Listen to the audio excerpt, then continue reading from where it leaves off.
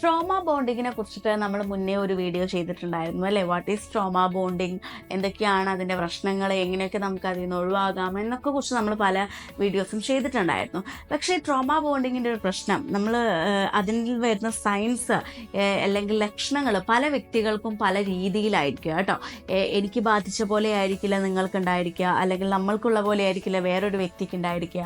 അപ്പോൾ ട്രോമ ബോണ്ടിങ്ങിലെ ലക്ഷണങ്ങൾ പല ആൾക്കാർക്കും വ്യത്യസ്തമായിട്ടാണ് അനുഭവപ്പെടുന്നത്. അപ്പോൾ അതിനെക്കുറിച്ചിട്ടാണ് നമ്മുടെ ഇന്നത്തെ video. Welcome to just talk.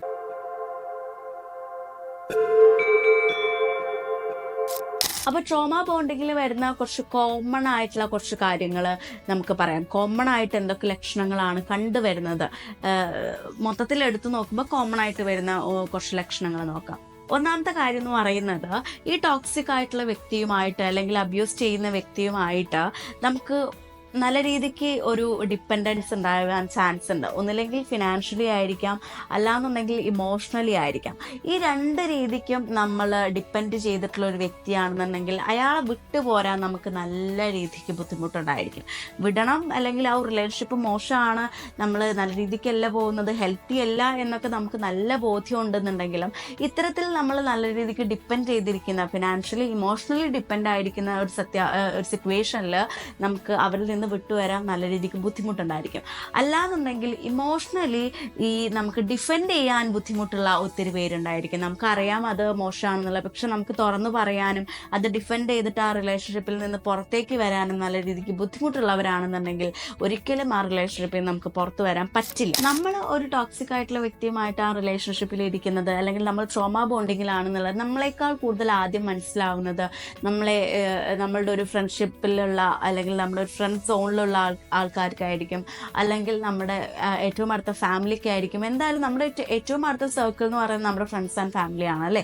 ഇവർക്കായിരിക്കും നമ്മളൊരു ടോക്സിക് ആയിട്ടുള്ള ഒരാളുമായിട്ടാണ് നമ്മൾ പെരുമാറുന്നത്, നമ്മൾ ട്രോമ ബോണ്ടിങ്ങിലാണെന്നുള്ളതൊക്കെ അവർക്ക് പെട്ടെന്ന് മനസ്സിലാവും. അപ്പോൾ അവർ ഓട്ടോമാറ്റിക്കലി എന്ത് ചെയ്യും, നമ്മൾ ആ റിലേഷൻഷിപ്പിൽ നിന്ന് പിൻവലിക്കാനായിട്ട് നമ്മൾ അവരുമായിട്ട് ആ റിലേഷൻഷിപ്പ് നോ പറയണം, അല്ലെങ്കിൽ അത് വേണ്ട, അത്തരത്തിലുള്ള നല്ലൊരു റിലേഷൻഷിപ്പ് അല്ല, നല്ലൊരു ബന്ധമല്ല, അത് നല്ലൊരു വ്യക്തിയല്ല എന്നൊക്കെ അവർ നമ്മളെ പറഞ്ഞ് മനസ്സിലാക്കാനും അതിൽ നിന്ന് വേർപിരിയാനൊക്കെ നമ്മളെ നല്ല രീതിക്ക് ഫോഴ്സ് ചെയ്യും അല്ലേ? പക്ഷെ ഒരിക്കലും ഈ ഒരു റിലേഷൻഷിപ്പിൽ ഇരിക്കുന്ന വ്യക്തിയെ കുറിച്ചിട്ട് അങ്ങനെയൊക്കെ കേൾക്കുമ്പോൾ നമുക്ക് അത് അംഗീകരിക്കാനേ പറ്റില്ല. നമുക്ക് ചിലപ്പോൾ അറിയുന്നുണ്ടായിരിക്കും അയാൾ ടോക്സിക് ആയിട്ടുള്ളൊരു വ്യക്തിയാണ്, അല്ലാന്നുണ്ടെങ്കിൽ ഇത്തരത്തിലുള്ള കാര്യങ്ങളൊക്കെ എനിക്ക് ഫേസ് ചെയ്യേണ്ടി വരുന്നുണ്ട്, കൺട്രോളിങ് ആണ്, അങ്ങനെ എല്ലാ ട്രോമ ബോണ്ടിങ്ങിലുള്ള എല്ലാ ലക്ഷണങ്ങളും ഇയാളിൽ നിന്നുണ്ട് എന്നൊക്കെ നമുക്ക് അറിയുന്നുണ്ടായിരിക്കും. പക്ഷെ ഒരിക്കലും ബോധപൂർവം ഇതൊരു ടോക്സിക് ആയിട്ടുള്ള വ്യക്തിയാണ്, അല്ലാന്നുണ്ടെങ്കിൽ ട്രോമ ബോണ്ടിങ്ങിലാണ് എന്നുള്ളൊരു തിരിച്ചറിവിലേക്ക് അവർ ഒരിക്കലും എത്തിയിട്ടുണ്ടായിരിക്കില്ല.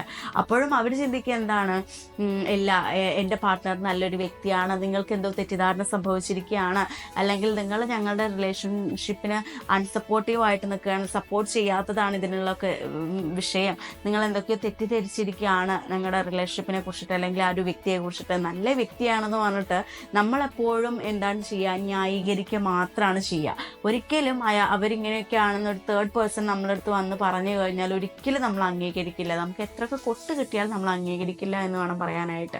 അപ്പോൾ നിങ്ങളെപ്പോഴും മനസ്സിലാക്കുക, നിങ്ങളുടെ റിലേഷൻഷിപ്പിനെ പുറത്തുനിന്ന് നോക്കി കാണുന്ന ഒരു വ്യക്തിക്ക് പെട്ടെന്ന് മനസ്സിലാവും നിങ്ങൾ നല്ല രീതിക്കാണോ മോശം രീതിക്കാണോ പോകുന്നതെന്നുള്ളത്. അപ്പോൾ അവർ പറയുകയാണ് നമ്മൾ ടോക്സിക് ആയിട്ടുള്ള വ്യക്തിയായിട്ട് ബിഹേവ് ചെയ്യുന്നു പറഞ്ഞാൽ അത് കേൾക്കാനുള്ളൊരു മനസ്സെങ്കിലും കാണിക്കുക. അറ്റ്ലീസ്റ്റ് അത് അവർ പറയുന്നതിൽ കാര്യമുണ്ടോ ഇല്ലയോ എന്നുള്ളത് മനസ്സിലാക്കാൻ നോക്കുക. അല്ലാണ്ട് അവരെ ന്യായീകരിച്ചുകൊണ്ടിരുന്നിട്ട് അവർ നമ്മളെ സപ്പോർട്ട് ചെയ്യാത്തതുകൊണ്ടാണ്, തെറ്റിദ്ധരിച്ചിരിക്കുകയാണെന്ന് വിചാരിച്ചിരുന്നിട്ട് ഒരു കാര്യവുമില്ല. അതുപോലെ ഈ അബ്യൂസ് ചെയ്യപ്പെടുന്ന വ്യക്തി അവരുടെ ഇമോഷൻസും ഫീലിങ്സും ഒന്നും പുറത്ത് കാട്ടിക്കാണ്ടിരിക്കുന്ന ഒരു സിറ്റുവേഷൻ വരിക. അവരൊറ്റയ്ക്ക് ഇരിക്കുന്ന സിറ്റുവേഷനിൽ മാത്രം, ഒറ്റയ്ക്ക് റൂമിലോ എവിടെയെങ്കിലും ഇരിക്കുന്ന സിറ്റുവേഷനിൽ മാത്രം അവരുടെ കംപ്ലീറ്റ് ഫീലിങ്സും പുറത്തേക്ക് കൊണ്ടുവരിക. കരയുന്നത് അപ്പോഴായിരിക്കും, സങ്കടപ്പെടുന്നത് അപ്പോഴായിരിക്കും. അപ്പോൾ മാത്രമാണ് അവരുടെ ഫീലിങ്സ് എന്താണെന്നുള്ളത് നമുക്ക് പുറത്ത് വരത്തുള്ളൂ. അല്ലാത്തപ്പോഴൊന്നും അവരുടെ ഫീലിങ്സ് ഇമോഷൻസ് ഒന്നും അവർ പുറത്ത് കാണിക്കാണ്ടിരിക്കുക ചെയ്യുക. അവർക്ക് മേ ബി ഒരു കുറ്റബോധം കൊണ്ടായിരിക്കും, ഞാനൊരു മോശം റിലേഷൻഷിപ്പിലാണെന്നുള്ളത് എനിക്കറിയാം, എന്നിട്ടും എനിക്കതിൽ നിന്ന് പുറത്തു വരാൻ പറ്റുന്നില്ല, അല്ലെങ്കിൽ കുറേ കാര്യങ്ങൾ നമ്മൾ സഫർ ചെയ്യുന്നുണ്ട്. അങ്ങനെ കുറേ കാര്യങ്ങൾ കൊണ്ട്, കുറ്റബോധം കൊണ്ട് ഇത്തരം ആൾക്കാരൊക്കെ എന്ത് ചെയ്യും, ഒറ്റയ്ക്ക് ഇരുന്നിട്ടായിരിക്കും സങ്കടപ്പെടുന്നതും കരയുന്നതൊക്കെ. ഒരിക്കലും എല്ലാവരുടെ മുന്നിൽ വെച്ച് ആ ഇമോഷൻസോ അല്ലെങ്കിൽ പാർട്ട്ണറെ മുന്നിൽ വെച്ച് ആ ഇമോഷൻസ് ഒന്നും പ്രകടിപ്പിക്കാൻ തയ്യാറാവില്ല. അടുത്തൊരു കാരണം എന്ന് പറയുന്നത് നമ്മുടെ ഒരു വ്യക്തിത്വം ഉണ്ട് അല്ലേ, നമുക്ക് എല്ലാവർക്കും ഉണ്ട് നമ്മുടേതായിട്ടുള്ള ഒരു വ്യക്തിത്വം, നമ്മളെല്ലാവരും കീപ്പ് ചെയ്യുന്നുണ്ട്. അത് നഷ്ടപ്പെട്ടു പോകുന്നു എന്നുള്ളൊരു തോട്ട് വരിക. എപ്പോഴാണത് വരിക? ബാക്കിയുള്ളവരുടെ കളിപ്പാവ പാവകളായിട്ട് നമ്മൾ മാറുമ്പോൾ അപ്പോഴാണ് നമുക്ക് ഈ ഒരു സാധനം വരുന്നത് അല്ലെ. അവർ പറയുന്നത് പോലെ തന്നെ നമ്മൾ ചെയ്യാവൂ, അവരുടെ ഇഷ്ടങ്ങൾക്ക് മാത്രമേ നമ്മൾ ജീവിക്കാവൂ, അവർ പറയുന്ന ആൾക്കാരുമായിട്ടേ നമ്മൾ കമ്മ്യൂണിക്കേറ്റ് ചെയ്യാവൂ, വേറെ ആരും നമുക്ക് ഇല്ലാണ്ടാവുക, ഒരാളിൽ മാത്രം നമ്മൾ ഡിപ്പെൻഡഡ് ആവുക, നമ്മുടെ കരിയറും നമ്മുടെ ഡ്രീംസൊക്കെ ഒരാൾക്ക് വേണ്ടി മാറ്റി വെക്കുക, അയാൾക്ക് വേണ്ടി മാത്രം നമ്മൾ ജീവിക്കുക. അങ്ങനെയൊക്കെ വരുമ്പോഴാണ് നമ്മളുടെ ഒരു വ്യക്തിത്വം നമുക്ക് ഇല്ലാണ്ടായി പോകുന്നത് പോലെ ഫീൽ ചെയ്യുന്നത് അല്ലേ.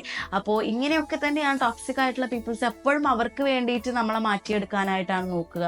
അപ്പോൾ അങ്ങനെയൊന്നും ആവാണ്ടിരിക്കുക. അങ്ങനെയൊക്കെ നിങ്ങൾക്ക് ഫീൽ ചെയ്യുന്നുണ്ടെങ്കിൽ ഓഫ്കോഴ്സ് നിങ്ങളൊരു ട്രോമ ബോണ്ടിങ്ങിലാണ്, നിങ്ങൾ ടോക്സിക് ആയിട്ടുള്ള ഒരു വ്യക്തിയുമായിട്ടാണ് നിങ്ങൾ കണക്ഷനിൽ ഇരിക്കുന്നത് എന്ന് വേണം മനസ്സിലാക്കാനായിട്ട്.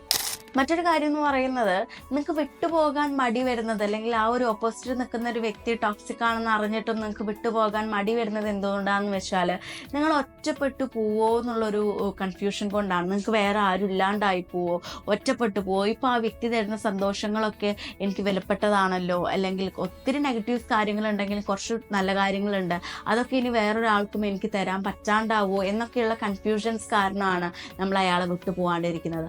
അതുപോലെ തന്നെ ഈ ഒരു വ്യക്തിയുമായിട്ട് നമ്മൾ റിലേഷൻഷിപ്പിൽ ഇരിക്കുന്ന സമയത്ത് നമ്മൾ വേറൊരാളുമായിട്ട് നമുക്ക് കണക്ഷൻ ഇല്ലാണ്ടാവുകയാണ്.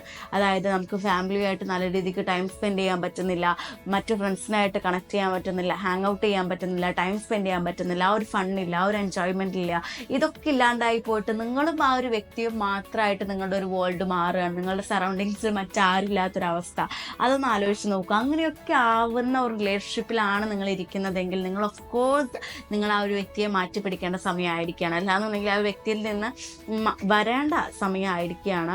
നിങ്ങൾ അങ്ങനെയുള്ള വ്യക്തികളിൽ നിന്ന് വരാനായിട്ട് നോക്കണം. ഇതൊക്കെയാണ് അതിൻ്റെ ഒരു സയൻസ്, അല്ലെങ്കിൽ ഒരു അടയാളങ്ങൾ എന്ന് പറയുന്നത്. ഇതിലും കൂടുതലായിട്ട് എന്താ ഞാൻ പറയുക. അപ്പോൾ എല്ലാവരുടെ റിലേഷൻഷിപ്പും നിങ്ങളൊന്ന് കണ്ണടച്ച് നിങ്ങൾ ആലോചിക്കുക, നിങ്ങൾ ഓക്കെയാണോ അല്ലേ, ബാക്കിയുള്ളവർക്ക് വേണ്ടിയിട്ട് ഞാൻ എന്തൊക്കെയാണ് സാക്രിഫൈസ് ചെയ്യുന്നത്, ഞാൻ എന്നെ തന്നെ പണയം വെക്കുന്ന ഒരു അവസ്ഥയിലേക്ക് എത്തിയിട്ടുണ്ടോ എന്നുള്ളതൊക്കെ നിങ്ങൾ ആലോചിച്ച് നോക്കുക. അങ്ങനെയുള്ള ഒരു റിലേഷൻഷിപ്പ് ആണെന്നുണ്ടെങ്കിൽ എത്രയും പെട്ടെന്ന് അത് ഒഴിവാക്കാനായിട്ട് നോക്കുക. ഓക്കെ.